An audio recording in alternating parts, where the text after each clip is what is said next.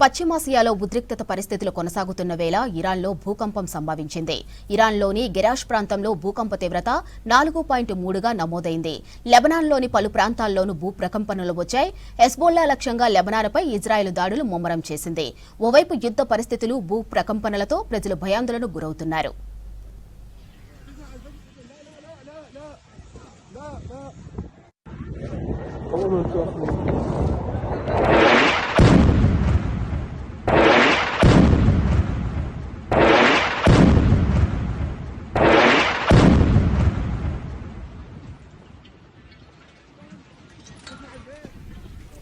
దక్షిణ Iran farce ప్రావిన్స్లోని కోంజ్ సమీపంలో 4.3 తీవ్రతతో భూమి కంపించింది. యుఎస్ జియోలాజికల్ సర్వే ప్రకారం 10 కిలోమీటర్ల లోతులో భూకంపం ఏర్పడింది. స్థానిక ఇరాన్ సమయం ప్రకారం ఉదయం 10 గంటల 24 నిమిషాలకు ఎర్త్క్వేక్ ఏర్పడింది. జెరాష్కు నార్త్ వెస్ట్లో 55 కిలోమీటర్ల దూరంలో భూకంప కేంద్రం ఉన్నట్టు తెలిపింది. ఈ భూకంపంతో అంతగా భయపడవలసింది ఏం లేదంటున్నారు శాస్త్రవేత్తలు. ఇది సాధారణంగా కంపించడమేనన్నారు. ఎపిసెంటర్ దగ్గర భూమి కదిలినట్లు అనిపిస్తుందని చెప్పారు. ఎలాంటి ప్రమాదం జరగలేదని ఇరాన్ అధికారులు తెలిపారు.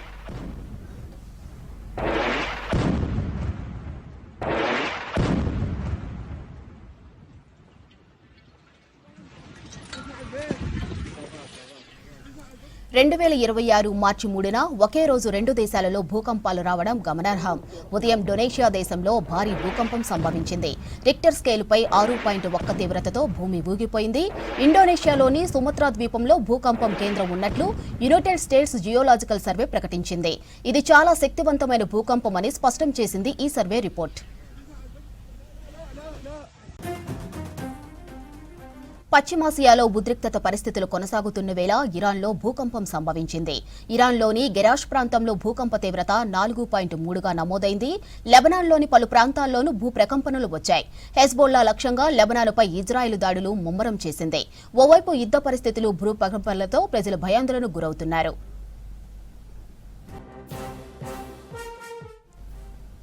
దక్షిణ ఇరాన్ ఫార్స్ ప్రావిన్స్లోని కోంజ్ సమీపంలో 4.3 తీవ్రతతో భూమి కంపించింది. యుఎస్ జియోలాజికల్ సర్వే ప్రకారం 10 కిలోమీటర్ల లోతులో భూకంపం ఏర్పడింది. స్థానిక ఇరాన్ సమయం ప్రకారం ఉదయం 10 గంటల 24 నిమిషాలకు ఎర్త్క్వేక్ ఏర్పడింది. జెరాష్కు నార్త్ వెస్ట్లో 55 కిలోమీటర్ల దూరంలో భూకంప కేంద్రం ఉన్నట్లు తెలిపింది. ఈ భూకంపంతో అంతగా భయపడవలసింది ఏం లేదంటున్నారు శాస్త్రవేత్తలు. ఇది సాధారణంగా కంపించడమేనన్నారు. ఎపిసెంటర్ దగ్గర భూమి కదిలినట్లు అనిపిస్తుందని చెప్పారు. ఇక ఎలాంటి ప్రమాదం జరగలేదని ఇరాన్ అధికారులు తెలిపారు. 2026 మార్చి 3న ఒకే రోజు 2 దేశాలలో భూకంపాలు రావడం గమనార్హం.